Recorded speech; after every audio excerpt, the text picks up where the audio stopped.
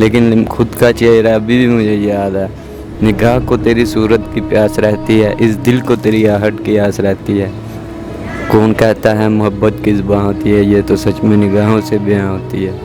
जी अस्सलाम वालेकुम नाजरीन, मैं हूं आपकी मेज़बान रमशा और आप देख रहे हैं नया पाकिस्तान। आज मैं मौजूद हूं F11 मरकज़ में और आज मैं आपको मिलवाऊंगी एक ऐसे नौजवान से जो कि हमें इधर F11 मरकज़ में मिला। फ़िलहाल हमने उसको खाना खिलाया और चलिए आइए हम उनसे बात करते हैं और जानने की कोशिश करते हैं कि उनकी यह हालत क्यों है। जी अस्सलाम वालेकुम। वालेकुम सलाम। आपका नाम? ज़ीशान परवेज़। अच्छा, ज़ीशान परवेज़। तो आपने अभी खाना खाया, खाना अच्छा लगा आपको? अच्छा, तो आप किधर रहते हैं? मैं रहता हूँ, पहले दी वेडिंग में काम करता था, अब G11 में 5 नंबर गली में। अच्छा, 5। तो आपके घर वाले आपके साथ रहते हैं, किसके पास रहते हैं आप? दोस्तों के साथ। अच्छा, दोस्तों के साथ। तो आप कोई नशा करते हैं? जी। क्या करते हैं नशा? सिगरेट पीता हूँ, सिगरेट कौन सा? चरस वाला।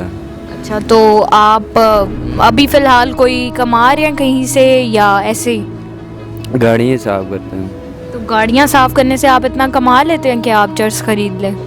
नहीं, वैसे गुजारा अल्लाह पाक सबको देता है, वो देने वाला। अल्लाह पाक चर्स देता है? नहीं, चर्स नहीं देता, हाँ, लेकिन जो देता है खाने को वो ज़रूर देता है, हर इंसान को देता है। अच्छा, तो क्या वजह आप दोस्तों के पास क्यों रहते हैं? आपके घर वाले किधर हैं? घर वाले, माँ बाप 17 साल हो गए हैं, फोत हो गए हैं, और छोटे बहन भाई हैं, उनको पढ़ाया लिखाया है वो अपने काम पे। अच्छा, तो उन्हें आपने पढ़ाया? जी। तो वो किधर होते हैं? एक मिड केयर हॉस्पिटल में कैशियर है, एक खुद अपना रिक्शा चलाता है, और एक जो है वो अपनी शॉप चलाता है, ये लाइटिंग, शान लाइट हाउस के नाम पे। तो आप बिलोंग कहाँ से करते हैं? यहाँ पे आप कैसे आए हैं या रहते ही इधर है शुरू से? नहीं, शुरू से नहीं रहता है, घर वालों के कहने पर उस्ताद मुझे लेकर आया था इधर। दी वेडिंग शादी हाल में जॉब करता था, फिर ले तू मैं हुई, ये छोड़ दिया मैंने। अच्छा, तो ये जो आप नशा करते हैं, आप सिगरेट पीते हैं, उसकी कोई ख़ास वजह? ख़ास वजह गैदरिंग और कुछ एक लड़की थी बस। गैदरिंग? कैसी गैदरिंग, किसकी गैदरिंग? इंस्पेक्टर का लड़का था, वो आता था मेरी दुकान पर, बैठता था, गपशप लगाते थे, ऐसे ही लग गया बस। और लड़की है जो वो प्रपोज किया और मैंने फिर छोड़ दिया, क्योंकि मैंने उसके पास बाप के साथ काम किया था उसकी शॉप पे 7 साल मैटर करने के बाद। अच्छा, तो वो लड़की कितने साल आप लोगों का ताल्लुक़ रहा? तो छोड़ा उसने या आपने? मैंने खुद छोड़ दिया, इज्जत की खातिर मैं काम ही छोड़ दिया था। तो क्या उस काम में ऐसा क्या था जो आपने उसे छोड़ दिया? उसके जिसके पास काम करता था उसकी लड़की थी। अच्छा अच्छा, मतलब आपके उस्ताद की लड़की थी वो? तो वो आपसे प्यार नहीं करती थी? करती थी। तो जब आपने उसको छोड़ा तो उसको कोई मसला नहीं हुआ? मेरे खुद का शेर है, मसला तो नहीं हुआ, लेकिन फिर भी मैं आता जाता था तो मिलता था, लेकिन खुद का चेहरा अभी भी मुझे याद है। निगाह को तेरी सूरत की प्यास रहती है, इस दिल को तेरी आहट की आस रहती है।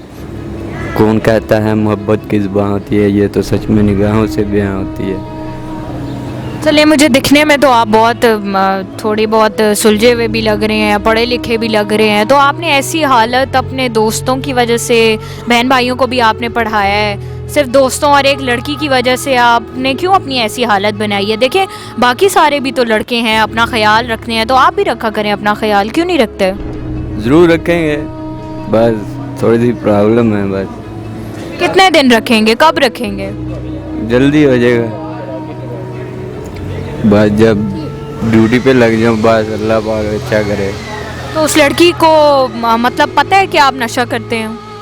नहीं, वो अब पता ही नहीं, काफ़ी, मैं 7 साल से इधर रह रहा हूँ, काम कर रहा हूँ, दी वेडिंग में 5-6 साल काम किया है, और गया ही नहीं, मिला ही नहीं है। अच्छा, तो वो लड़की याद आती है आपको? आज याद आई है, आपने याद दिलाई, भाई ने याद दिलाई है, जो कैमरे में अभी शूट कर रहे हैं। अच्छा, हमने आपको याद दिलाया।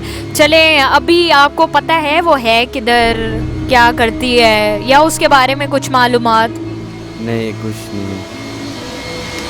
कुछ भी नहीं तो पता। आपकी क्या ख्वाहिश नहीं है कि आपकी ज़िंदगी में कोई और लड़की आए, आपसे मोहब्बत करे, आपको इस हालत से निकाले, आपको इस नशे से निजात दे? आपका दिल नहीं करता? दिल थी माँ, माँ चली गई, सब कुछ टूट गया, सब कुछ खत्म हो गया।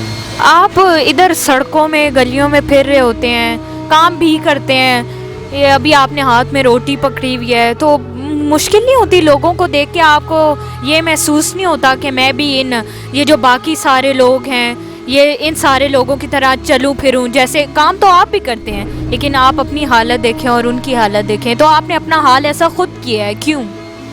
बस जल्दी ठीक हो जाएगा, बस हो जाएगा।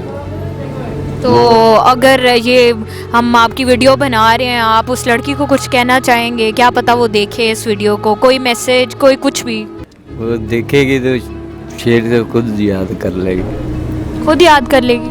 हाँ। तो कोई एक ऐसी बात जो आप उससे कहा करते थे? और ये आखिरी शेर था, आखिरी बात थी, आखिरी बात थी, और कोई बात नहीं थी। फिर ये शेर जो आपने मुझे सुनाया, ये आपने उसको सुनाया था? डाइनिंग टेबल के पास बैठे, परली साइड पे, बहुत ही उर्ली साइड पे मैं था। अच्छा, वो शेर आप दोबारा प्लीज़ सुना दें।